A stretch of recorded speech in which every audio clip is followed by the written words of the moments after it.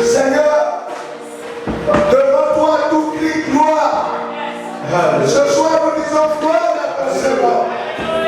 Sois magnifié, Papa Yahweh. Sois glorifié ce soir. Nous voulons, Seigneur, que ton règne vienne. Amen.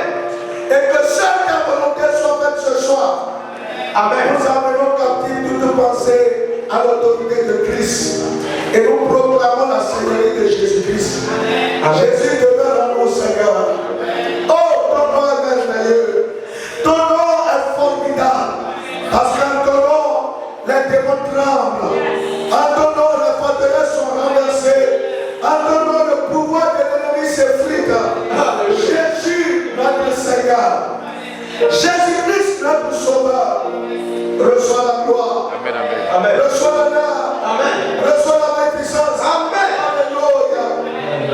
Le nom qui fait trembler les démons. Alléluia. Le nom qui fait tomber le diable. Alléluia. Quel merveilleux nom.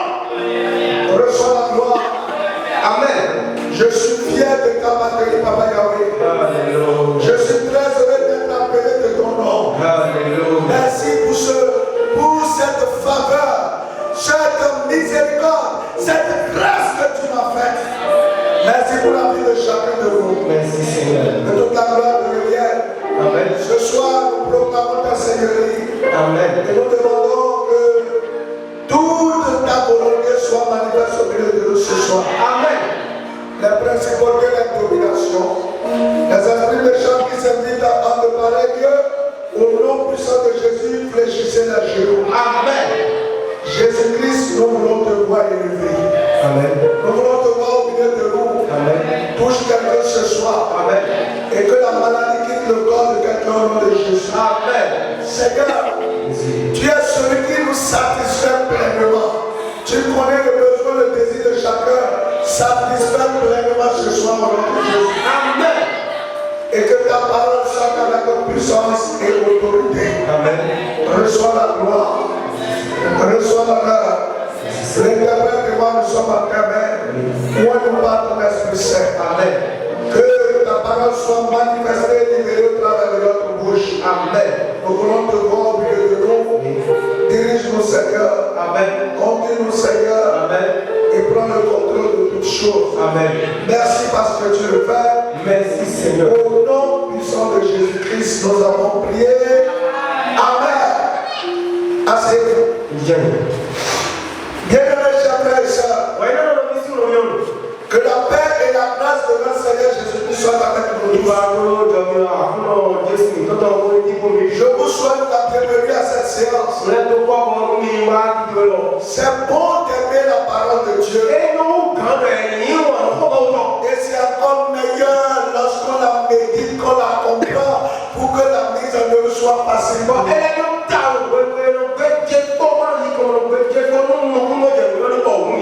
Ces genres de séances nous permettent de comprendre certaines réalités, certains phénomènes et la façon dont on peut s'en débarrasser au travers de la parole.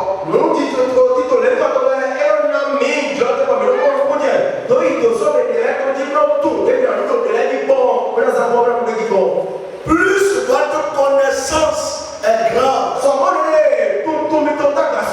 facile est la victoire que vous avez contre l'ennemi. Plus votre compréhension est affinée, moins est l'agression qu'on subit de la part de l'ennemi.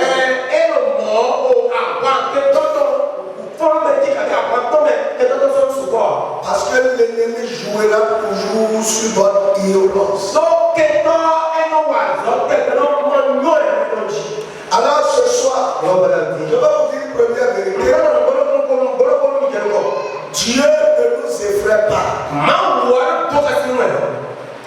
Même quand on voit certains phénomènes, ce n'est pas pour qu'on ait peur. Parce que quelle que soit la gravité de la dégradation, la solution est toujours dans les mains de notre Seigneur.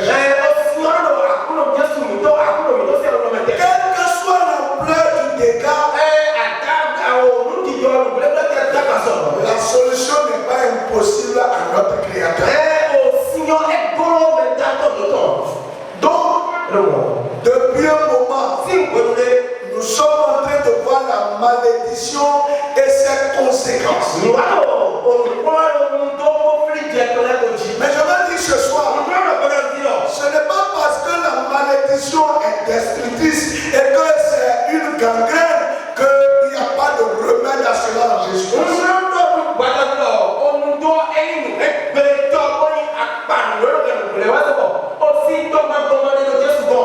Si la malédiction n'avait pas de solution, quelqu'un comme Salomon ne peut jamais être roi. Parce que Salomon vient d'une relation maudite. Et pourtant, Dieu a fait de lui roi. Si la malédiction n'avait pas de solution, quelqu'un comme Paul ne peut pas avoir l'Esprit Saint jusqu'à manifester la puissance de Dieu à un niveau donné, puisqu'il a été rebelle contre Dieu sans le savoir.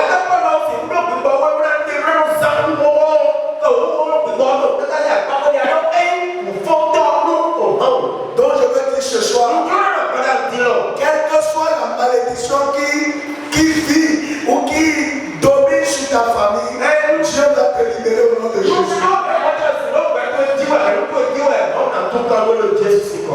Quand de façon consciente ou inconsciente tu es activé la malédiction, la solution ce soir est disponible pour toi.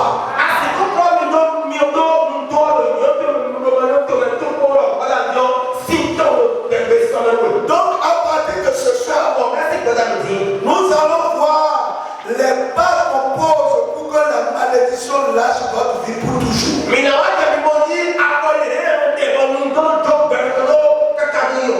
Il y a 7 pas. Mais avant de commencer à faire les pas, il faut que vous compreniez le mécanisme sur lequel repose la désactivation de la malédiction.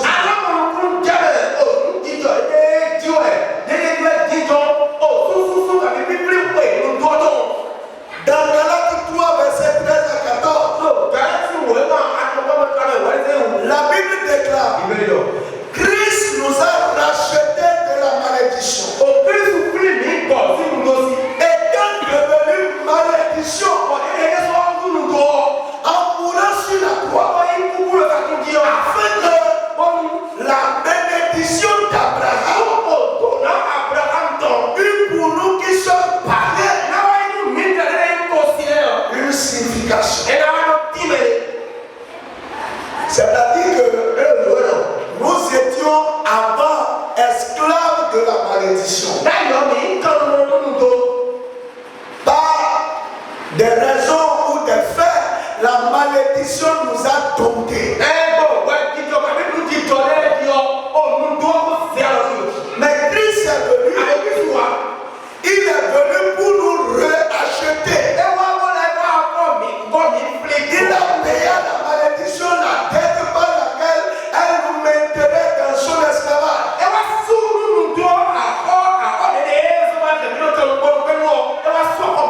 Le problème, c'est comment est-ce que cela est vécu par ceux qui suivent Jésus.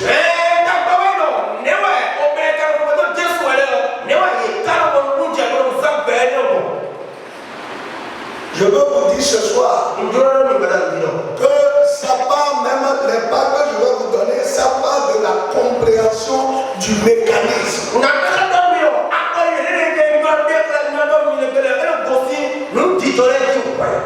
C'est vrai que c'est pas le sacrifice de Jésus seulement que tous les hommes peuvent espérer la libération de la malédiction.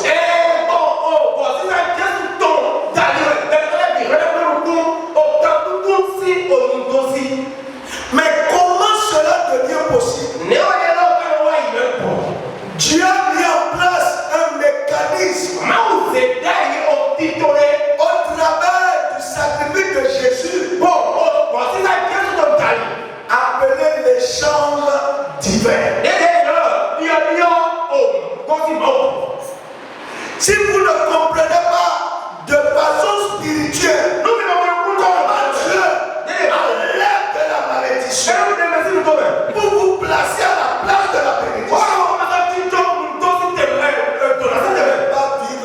cela. Et c'est ça le problème de beaucoup. Ils sont en Christ. Mais ils n'ont pas compris que déjà il y a eu un échange. Nous allons lire des tests. Nous allons lire beaucoup de tests.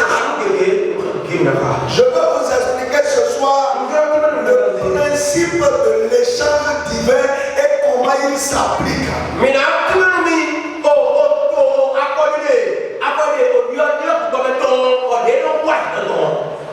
Dans Hébreux 10, le verset 14, la Bible déclare: car par une seule offrande, il a amené à la perfection pour toujours ceux qui sont sanctifiés. Le texte que nous venons de lire parle de deux événements. Il dit ici que par une offrande, une seule offrande qui a été faite,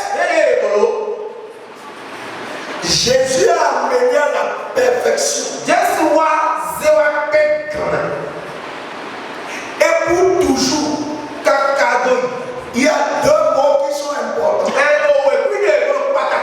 Perfection. Et le deuxième, c'est toujours.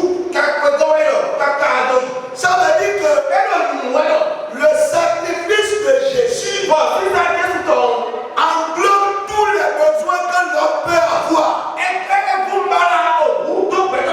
Parce que lorsqu'on parle de perfection, il n'y a plus quelque chose qui a de défaut.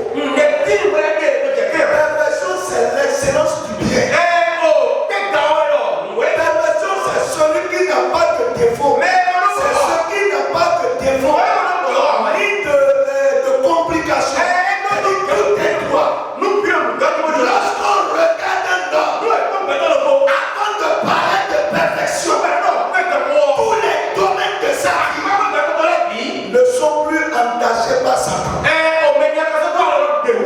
Alors on dit, par son sacrifice, Jésus a délivré l'homme de toutes les imperfections possibles, y compris l'imperfection causée par la malédiction, pour l'amener à la perfection. Et deuxièmement, pour toujours. C'est-à-dire que ce n'est pas pour un an, ce n'est pas pour 2 ans, ce n'est pas pour 5 ans, c'est pour toujours. Ça veut dire que depuis qu'il a fait, ça continue de se manifester jusqu'à aujourd'hui. C'est-à-dire que la base part de là. Et c'est pour cela que Paul pouvait dire dans Philippiens 4, le verset 19, Paul a dit quelque chose dans Philippiens 4, le verset 19, qui est: et mon Dieu pourvoira à tous vos besoins selon sa richesse avec gloire en Jésus-Christ. et mon Dieu, parce que vous êtes de la perfection, vous ne devez plus manquer de rien. Donc mon Dieu pourvoira à tous vos besoins selon sa richesse et avec gloire. Voyez, on peut faire des choses. On peut faire des choses sans gloire. Mais Dieu dit, il peut faire avec gloire. Exemple, tu peux avoir besoin d'une voiture, n'est-ce pas? On peut te donner la voiture sans gloire. C'est-à-dire que de façon diffuse, de façon discrète, tu as la voiture. Mais imagine que tout le monde est réuni. Et on dit aujourd'hui, on peut distinguer quelqu'un. Et c'est demain tout le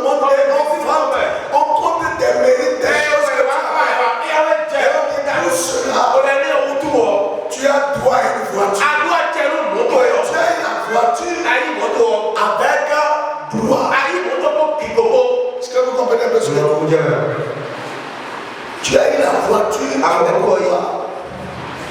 Quand ils disent par exemple, il y a des gens qui pour les examens passés sont admis.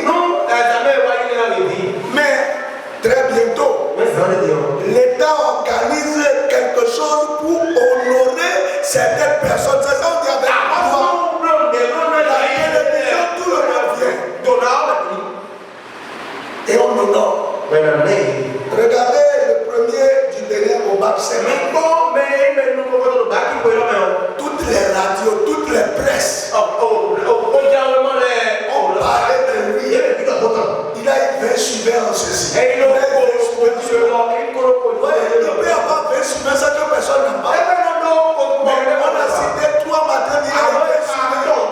En mathématiques, en BCT, en SVT, on dit là, il 20 suiveurs.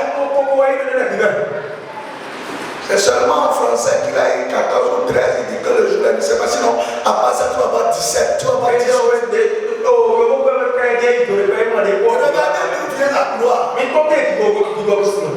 Il dit il n'avait même pas de l'électricité dans sa maison. Voyez, c'est là la gloire. Que quelqu'un qui quitte une maison, papa n'est même pas là. Papa était affecté ailleurs. C'est avec sa mère. Il vient, il aide sa maman faire les travaux de la maison. Et pourtant, il est premier du bébé. C'est ça la gloire. Et là, on lui demande qu'est-ce qu'il veut faire.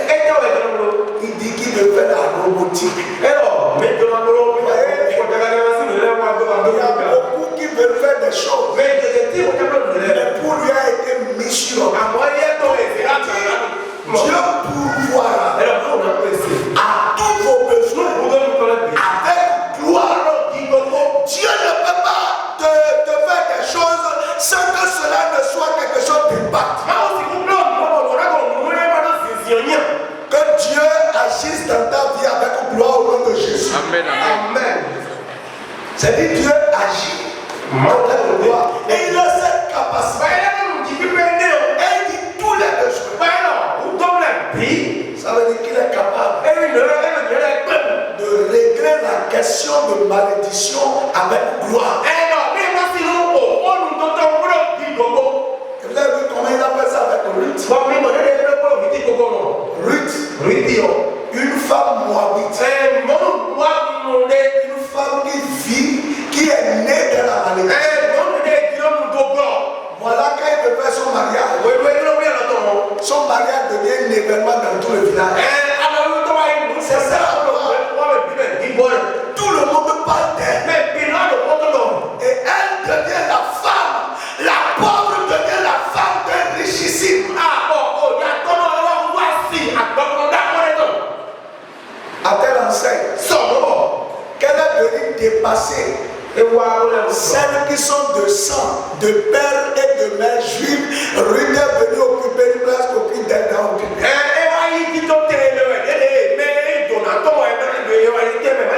Après la désactivation, ta vie va révéler la gloire de Dieu. Amen. C'est important. Et voyez, je voudrais que vous compreniez le mécanisme de l'échange divin. Comment Dieu a pris la place de ceux qui sont maudits. Elle a donné la place de bénédiction. Nous allons lire Isaïe 53. C'est par là que nous allons commencer. Nous allons lire du verset 3 au verset 10. Parce que si je ne vais pas, je vais partir dans l'Ancien Testament et je vais venir montrer des choses dans le Nouveau Testament. Mépriser et abandonner des hommes.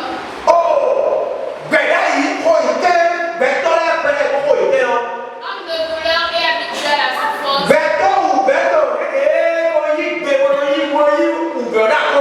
Semblable à celui dont on détourne le visage. Nous n'avons fait de lui aucun cas. Cependant, ce sont nos souffrances qu'il a portées. C'est de nos douleurs qui s'échappent. Et nous l'avons considéré comme Le prophète parle d'un serviteur. D'un serviteur qui a vécu des choses pour lesquelles il n'a pas été responsable. On l'a traité pour des actes qu'il n'a pas commis. Et ce serviteur, c'est Jésus-Christ. Tout le monde s'accorde, mais tous les prophètes s'accordent, même les évangiles s'accordent pour dire que c'est lui. Parce que au verset 10, on dit il a plu à l'Éternel de le briser par la souffrance après avoir livré sa vie en sacrifice pour le péché. Les gens pouvaient dire voici l'agneau de Dieu qui ôte le péché du monde. Il y a quelque chose sur lequel tout le monde entier s'accorde, c'est-à-dire que c'est notre attitude.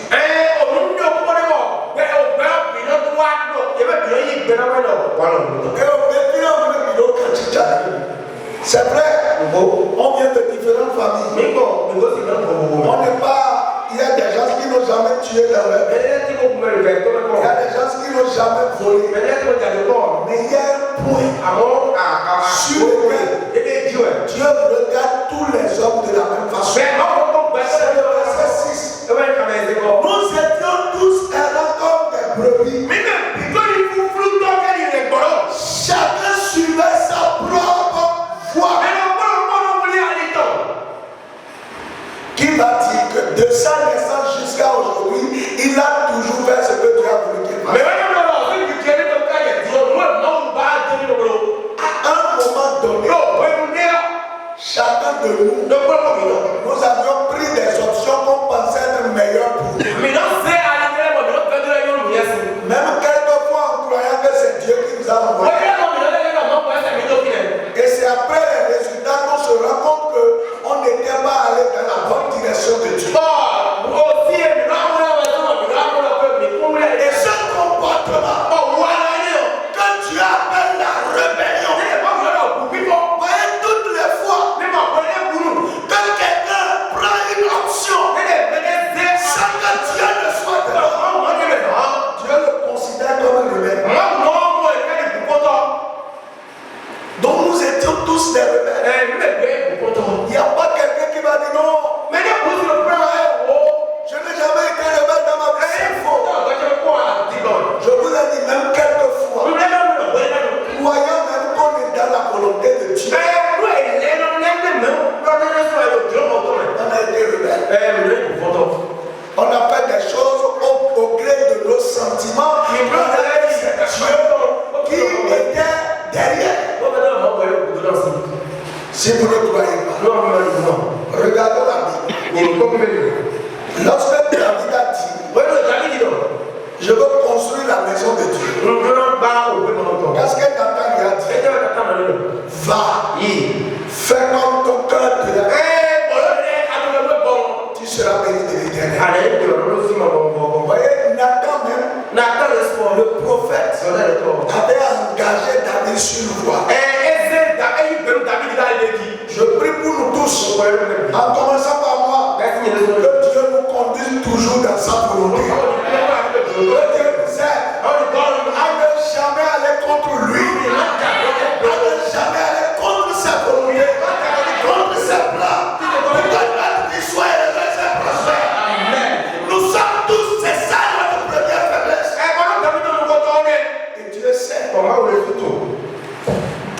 que l'homme, depuis que l'homme dans le jardin d'Éden a pris la résolution d'aller contre Dieu, ce phénomène est devenu une contamination de génération en génération.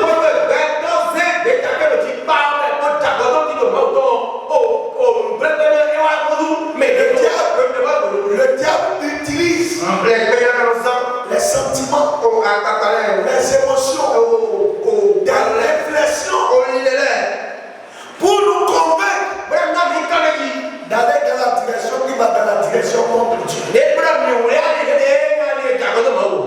Regardez, quand je prends l'histoire de Balaam, moi je vous parle toujours en me basant sur la Bible. Et ce point est très capital. Dans ce que je suis en train de dire, tu as dû corriger ça déjà. Il faut plus que tu continues à aller dans ta direction pour t'opposer à Dieu. C'est parce que Dieu a dit que nous étions tous sur une mauvaise voie. Et quoi qu'en soit ce qu'on disait, on était engagés. C'est pour ça qu'il a envoyé Jésus là-bas. Et on est venu.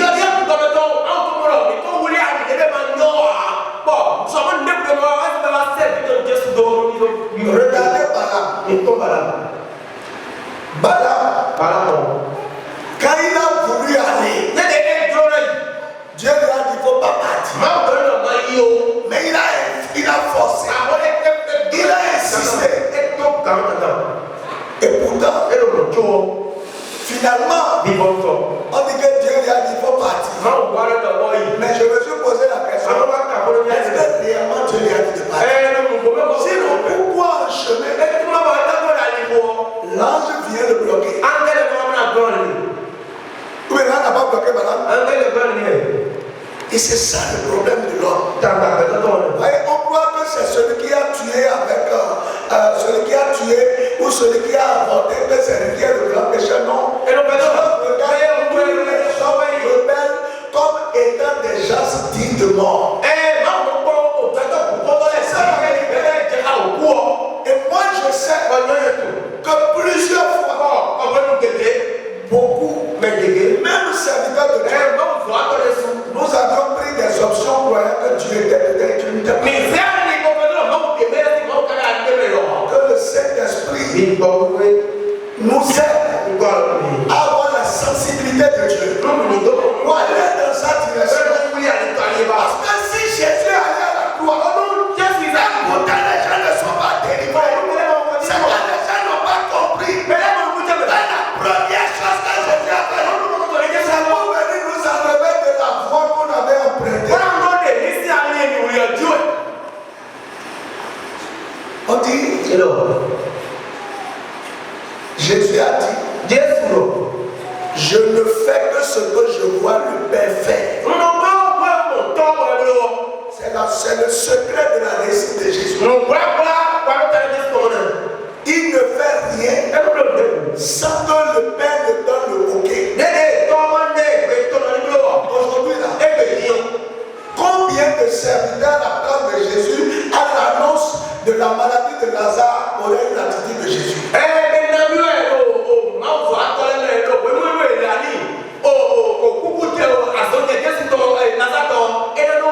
Lazare est son ami.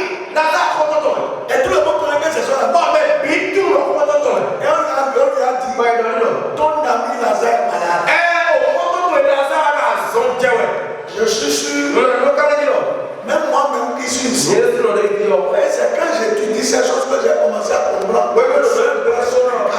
Il faut prier, il faut demander le secours de Dieu. Quand vous n'avez pas une orientation, il faut exhorter les gens de la parole. Combien de personnes se seraient mis en chemin pour dire Seigneur, délivre Lazare, délivre Lazare. La onction serait couverte de honte. Parce que Dieu a prévu que Lazare meurt et qu'on l'enterre. Malheureusement, si tu suis un cas, on dit que c'est mort. Et dès que c'est enterré, combien auront la foi même si Dieu leur dit d'aller sur la tombe de Dieu de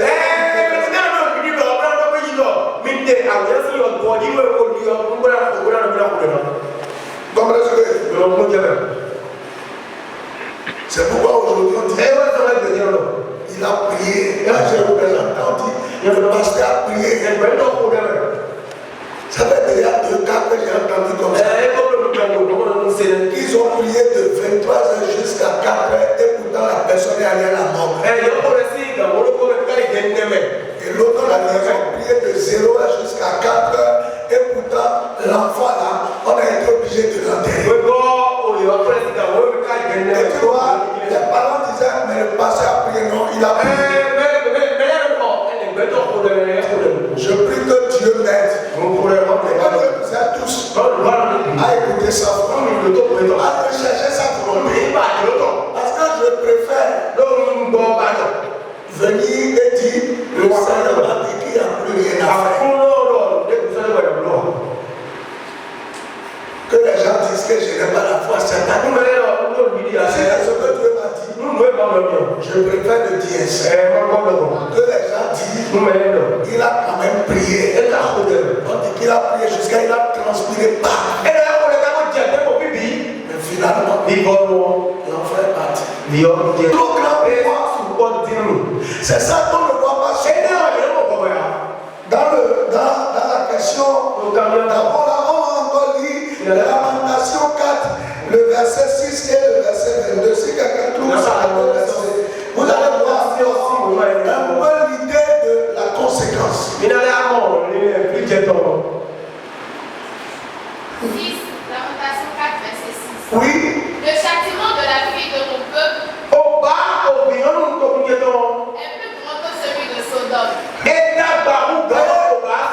châtiment de la fille de mon peuple, c'est plus grand que Sodome et Gomorrhe. Et regardez le châtiment de Sodome et Gomorrhe.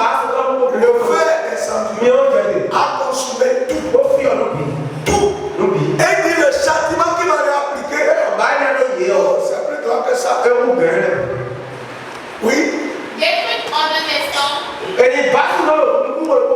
sans que personne ait porté la main sur elle. Non, on a les 4 verset 6. Et vous allez maintenant au verset 22. Verset 22. Ouais. Fille de Sion, ton iniquité est expiée. Il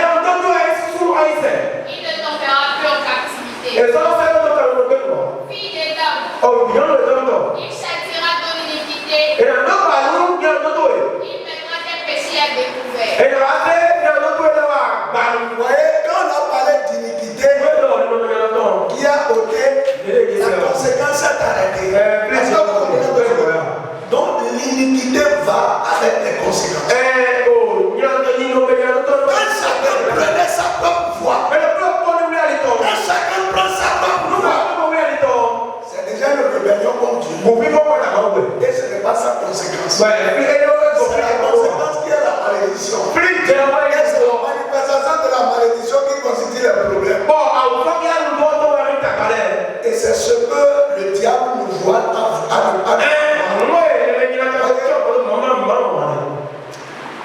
je prends le mensonge. Ça n'arrête rien. Mais quand vous méditez la Bible, à cause du mensonge, quelqu'un est mort. Avant d'arriver sur le cas d'Ananias et de Saül, il y a un jeune homme. Quand Saül est décédé, il a couru et il est venu dire à David, j'ai tué Saül. Moi-même je l'ai tué. Et David a dit, comment as-tu osé porter la main sur loin de Dieu? Tu ne vivras pas. Et il a été tué. Oh, c'est pas lui qui a tué Saül.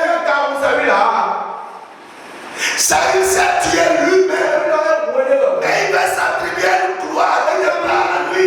Ça lui a coûté la mort.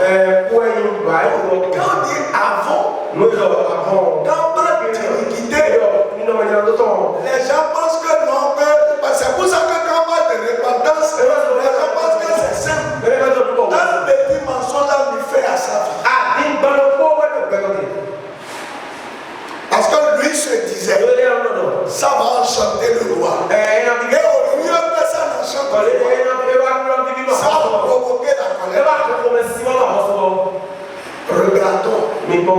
Quand vous lisez lisez des choses comme ça, vous voulez méditer, vous voulez être tranquille et vous dites, le nombre de fois que j'ai menti dans ma vie, est-ce que j'ai compris l'ampleur pour demander le pardon conséquemment? Oh, si tu n'es pas sincère, Dieu ne peut pas le faire. Donc qu'est-ce que ça a créé? C'est ça le problème. Oui, là, parce qu'aujourd'hui, nous catégorisons les péchés. Quelqu'un qui a commis la fornication, il mérite la mort. Quelqu'un qui a menti là, c'est rare de discipliner. Allez, non, maman, quand tu mens et qu'on découvre, on doit t'amener devant le peuple et te discipliner. Mais si on fait ça, est-ce que c'est gros mensonge là pour mourir? Quand vous prenez le cas d'Ananias et de Saphira, c'est son terrain. C'est pas le terrain, c'est Dieu qui a donné ça, c'est son terrain. C'est lui qui a vendu. Bon. Et il ne veut pas donner tout. Parce que bon, il s'est dit, regarde son lot. C'est normal qu'il ait la réserve. Mais Dieu dit, au lieu de faire croire à tout le monde, il donne tout. Tu aurais pu dire, je vais donner une partie. Parce que Pierre, est-ce vraiment à ce prix que tu as vendu? Il dit oui, c'est tout. Et il meurt. Bon, regardez les choses qui sont mortes dans la vie des gens. Je ne fais pas ces choses pour te faire peur. C'est pourquoi quand tu es dans ce soir, tu peux ne pas être sincère envers moi. Mais Dieu que tu sois sincère. Seigneur, je te demande vraiment pardon. J'ai compris que les conséquences de ce mensonge-là, je n'ai pas perçu ça. Mais si ça a déjà mis un embargo sur ma vie, sur ma descendance, oh Seigneur, pardonne-moi. Quand je regarde Géasi, à cause de son mensonge, toute sa progéniture est devenue lépreuse. Ça ne vous fait pas peur. Il a menti. Il dit, je me suis allé. Parce que il est au Mouyan. Au Mouyan, il avait peur de la honte. Et maintenant, ça l'a conduit. Regardez vos vies. Et regardez tout ce qui a été. Le sacrifice est là. Avec Ananias, le sacrifice était là. Jésus a déjà mort. Le Saint-Esprit est venu.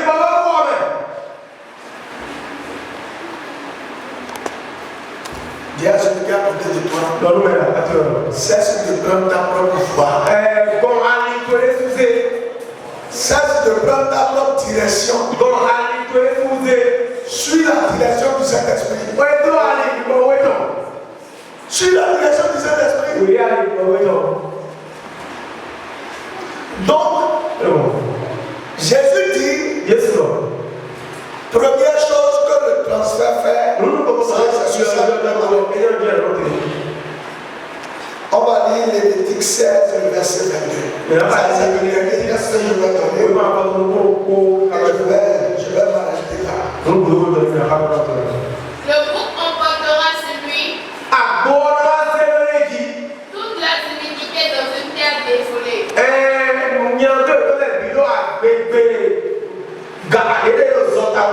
Il sera chassé dans le désert. Parfait. Voyez, Dieu pour nous montrer pourquoi j'explique ces choses. Oui, quand tu mens, quand tu es allé contre le plan de Dieu, il y a des conséquences qui attendent. Mais si tu veux fuir ça, c'est ça qu'il faut comprendre, le mécanisme de l'échange. Dieu et le livre de Lévitique nous ouvre suffisamment les yeux. Première chose qui se fait quand vous péchez dans Lévitique, dans l'Ancien Testament, et quand vous avez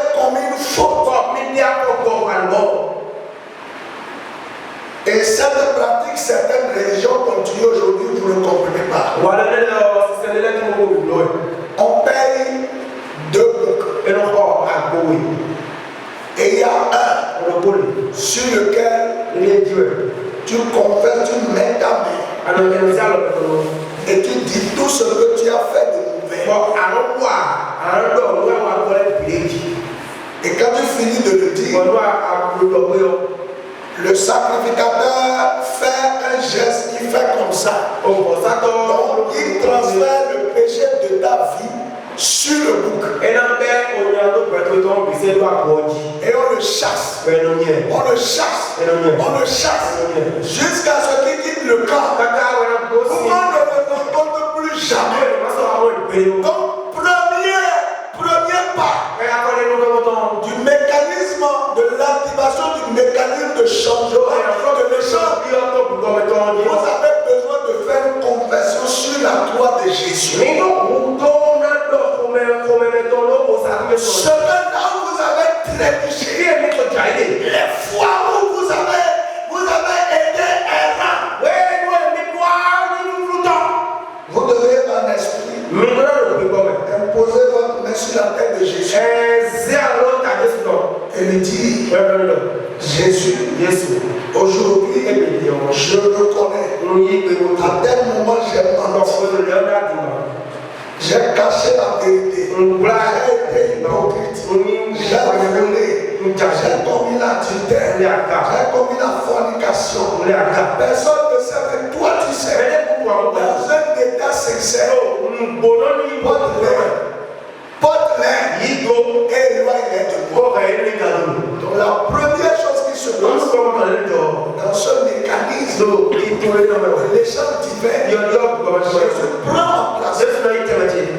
Dans tout ce que j'ai cité, c'est pour ça qu'on a dit le sacrifice nous a amenés à perfection pour toujours. À chaque instant que j'active ce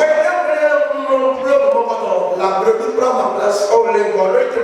Et moi, je sors, je prends la pureté de la brebis. Et ça, c'est pas la foi qu'il faut l'accepter. Je crois que ce que j'ai dit sincèrement à Jésus, je me suis déchargé de ses fautes. Et en finissant cette prière, je prends la justice de Jésus. Et Dieu me regarde comme il regarde Jésus.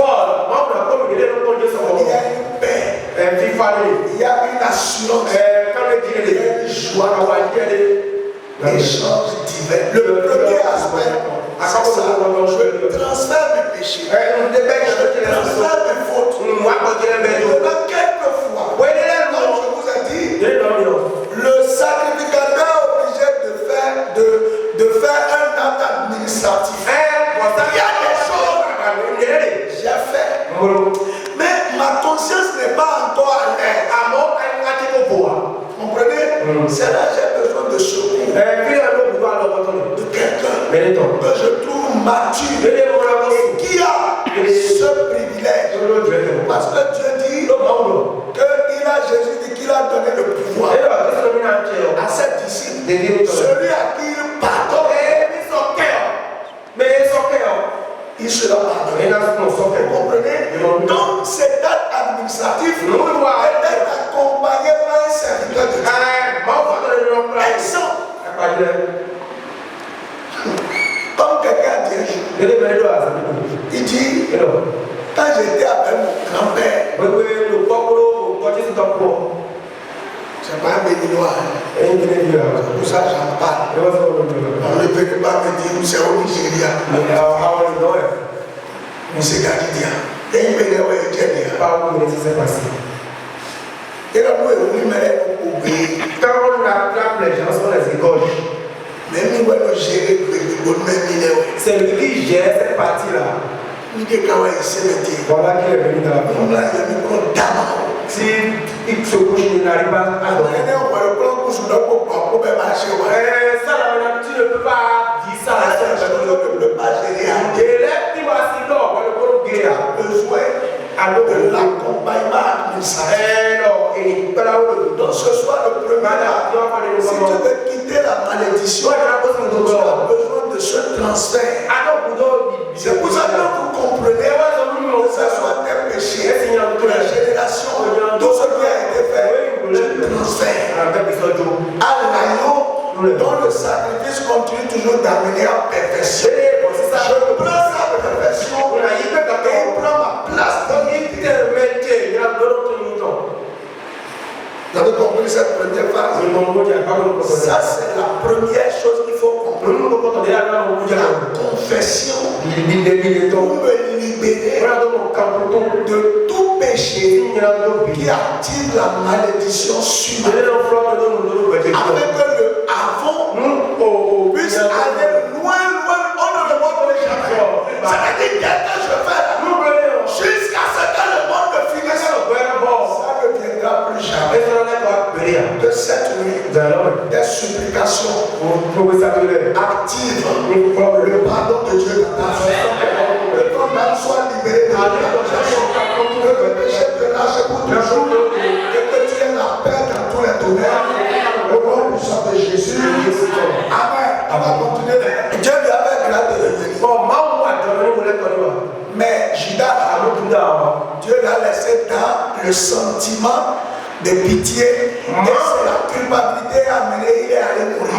Comment vous répondez ça? Dieu qui est amour, Jésus-Christ qui est mort. Parce que les gens disent que non, il faut être Ananias et Saphira. Nous étions là, ils étaient pas partis au pouvoir. Ou bien, c'est pas ça. Ils n'ont pas venu partir. Comment suppose partir les voix? Dieu ne peut pas se référer à cette partie-là. Mais ils sont morts subitement. Quand vous lisez la Bible, votre cœur ne peut pas dépasser le cœur de Dieu.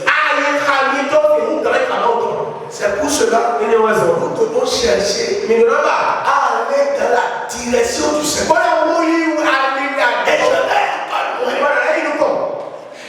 Paul, il lui allait annoncer l'évangile. C'est pas autre chose. Et dit le Saint-Esprit nous en empêche. Donc il y a des olives, lisez dans Actes. Il lui allait annoncer l'évangile. Bonne chose. Annoncer l'évangile, c'est pas une bonne chose. Mais le Saint-Esprit lui a dit non. Parce qu'il est allé à des endroits.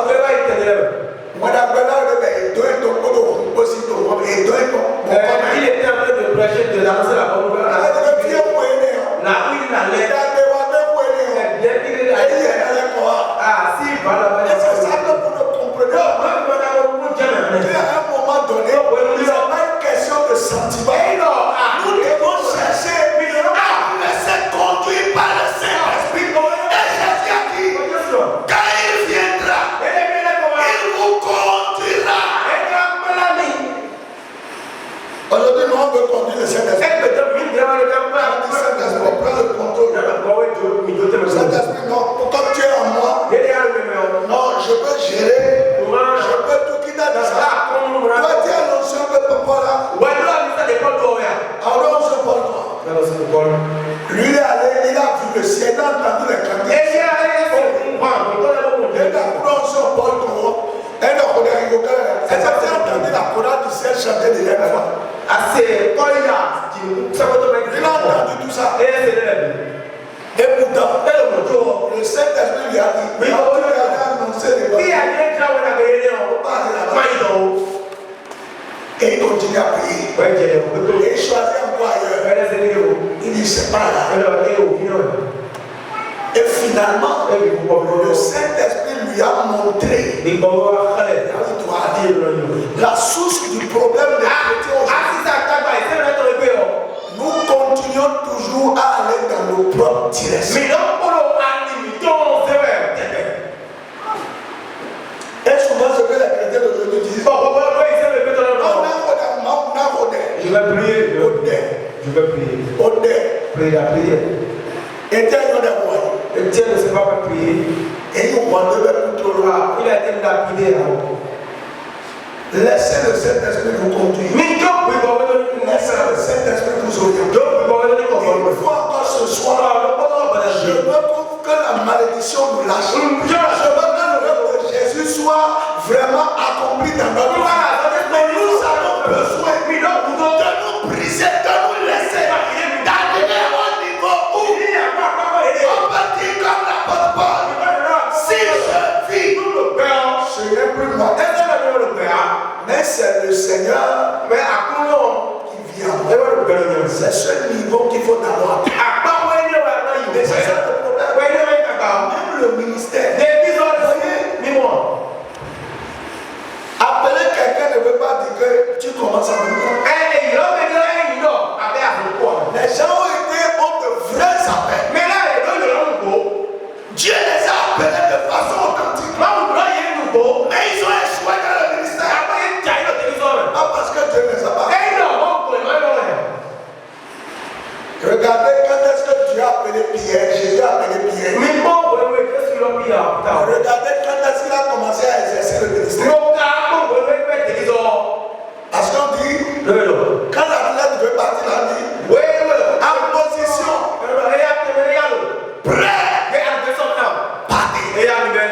Maintenant, si toi tu pars avant, partez. Maintenant, tu es en position, tu commences à courir. Là, ça, tu vas gagner la bataille. C'est ça le problème de beaucoup. Oui, tu as eu des rêves. Tu as montré des choses. Est-ce que tu as prié pour avoir les spécificités? À quel moment il faut commencer? Quel est le temps dans lequel ce que Dieu t'a montré va se manifester? Quand Dieu vous parle, quelquefois si vous aimez, va vous donner des années.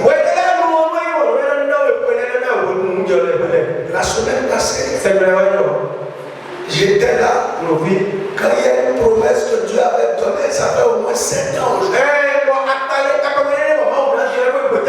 Et il m'a dit, dans peu de temps, ça va commencer à se réaliser. Je sais que d'ici 1 an et demi, ça va se réaliser.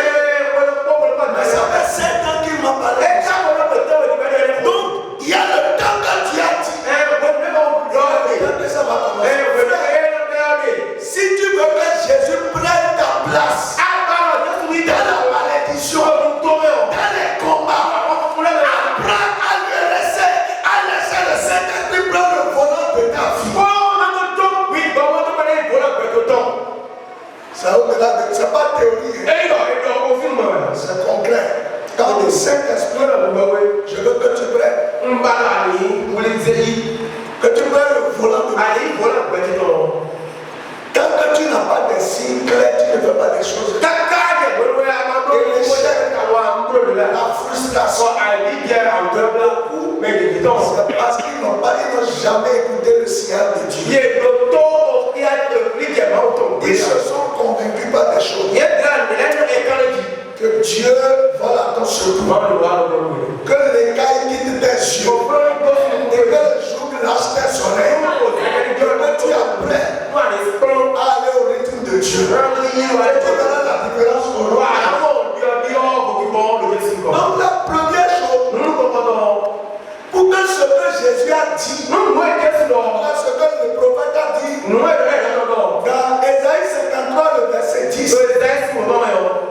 s'accomplisse et qu'ils prennent le fardeau, nos péchés, nous devons cesser de prendre nos propres voies.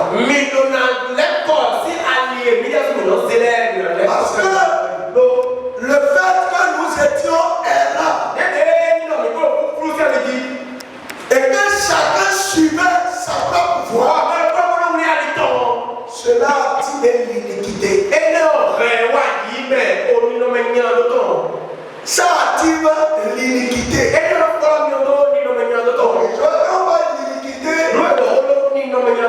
C'est le mot hébreu qui traite de ça pour que vous compreniez, on appelle ça avant. Avant, c'est la faute accompagnée de sa conséquence. On va lire dans Genèse 4, le verset 13. Et vous allez comprendre ce que je suis en train de dire. Au verset 13, car il dit à l'Éternel, mon châtiment est trop grand pour être supporté.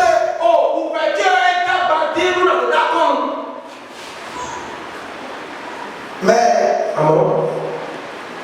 vous avez vu dire, et du verset 10, et Dieu dit, quand tu fais, la voix du sang de ton frère crie, et la terre jusqu'à moi. Lui, il avait versé le sang. Mais écoutez, ça c'est l'iniquité. Mais écoutez la sentence de Dieu. À partir du verset 11, il dit maintenant, tu seras maudit de la terre. Qui a ouvert sa bouche pour recevoir de ta main le sang de ton frère. Quand tu cultiveras le sol, il ne te donnera plus sa richesse. Tu seras errant et vagabond sur la terre. Lorsqu'on dit iniquité, tout le monde voit, il a tué. N'est-ce pas? Mais ce n'est pas que ça. Parce qu'en hébreu, quand vous avez lu, il a dit que mon avant est trop grand pour être supporté. Donc, avant qu'il me dise iniquité, ça veut dire aussi le châtiment. Tu as dit, puisqu'il a fait cela, ce qu'il a fait, la terre va le maudire. Quand il va cultiver, la terre ne va pas lui donner le retour. Il sera errant et il sera vagabond. Il a regardé et dit, ça c'est un trop grand